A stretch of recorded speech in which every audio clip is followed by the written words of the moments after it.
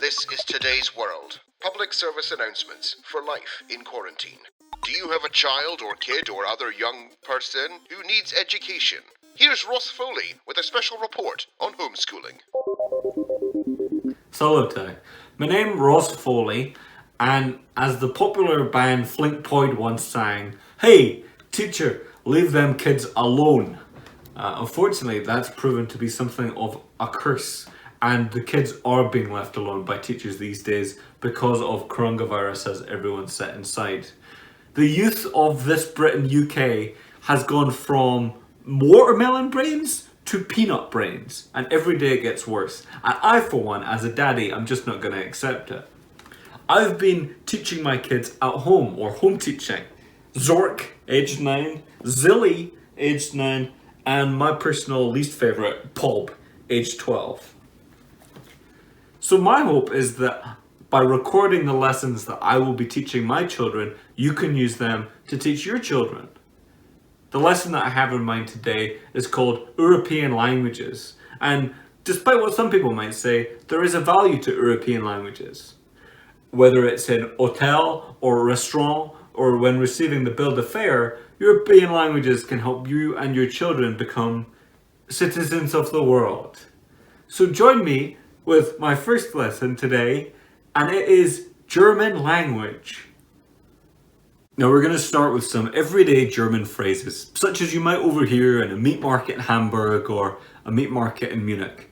And it's my hope that by repeating these phrases after me, the language of German will start to seep into your head like piss into a flannel. Now I'll say the phrase first in English, then I'll repeat in the German, and you repeat in the German. Deutschland, Germany. Let's start with our first phrase. Rodney, you plonker. Rodney, du Pimmel. Rodney, you plonker. Rodney, du Pimmel. Now you try. Very good. Let's move on to our next phrase. I am a black belt in origami. Ich bin ein schwarzer Gürtel in origami. I am a black belt in origami. Ich bin ein schwarzer Gürtel in origami, Rodney. Now you try. Very good. You're a natural at German. Let's try our third phrase, and this one's a bit harder. It's one that Del Boy used in episode 3 of series 7 of Only Fools and Horses. Don't worry, Rodney. This time next year, we'll be millionaires. Mach dir keine Sorgen, Rodney. Nächstes Jahr diese Zeit werden wir Millionär sein. This is the kind of phrase you'll hear Germans use on an almost daily basis.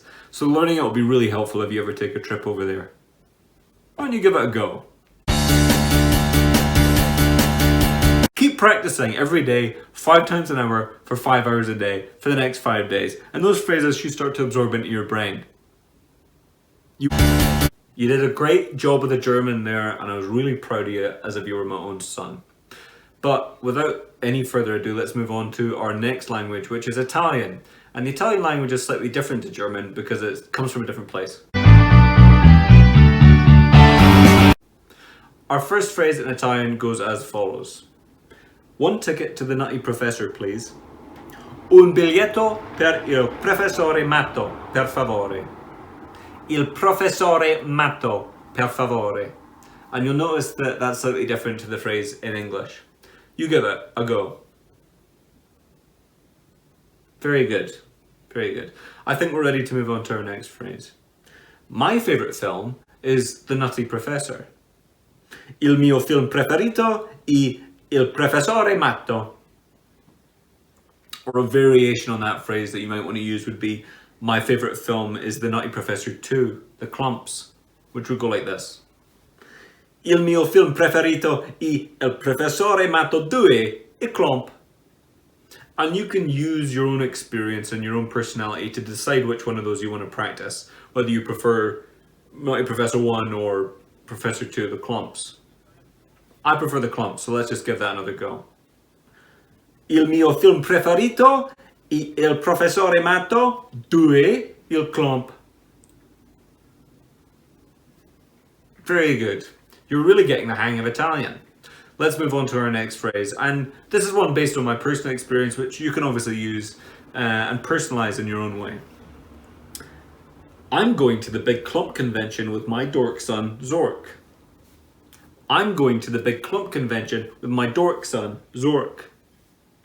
Vado alla grande convenzione di clump con mio figlio dork, Zork. Con mio figlio dork, Zork. And you could obviously replace Zork with your own son or daughter. You have a daughter named Sharon. Vado alla grande convenzione di clump con mio figlio dork, Sharon. Or whatever works for you. Why don't you give that phrase a go? Brilliant. You're a real natural at Italian. So let's move on to our final phrase, and once again this one's a little harder, but you're advancing nicely. My dork Zork is number 2 clump boy. Grumpy old me is clumper number 1. My dork Zork is number 2 clump boy. Grumpy old me is clumper number 1. And now follow the Italian after me. Il mio dork Zork è il numero 2 di clump boy. Il vecchio scontroso me è il numero 1 di clumper. Uno di clumper.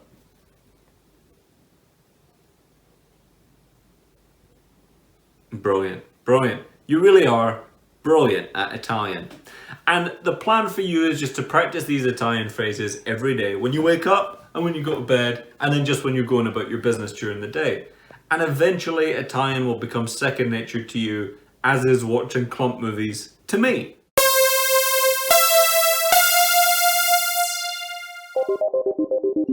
Thank you for watching Today's World. You can watch full episodes over on our YouTube page.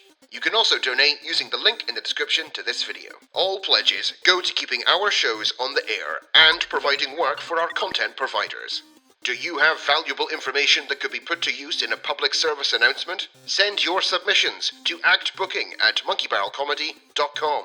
And if we can, we'll add them to the show. Stay safe, and we'll see you next time.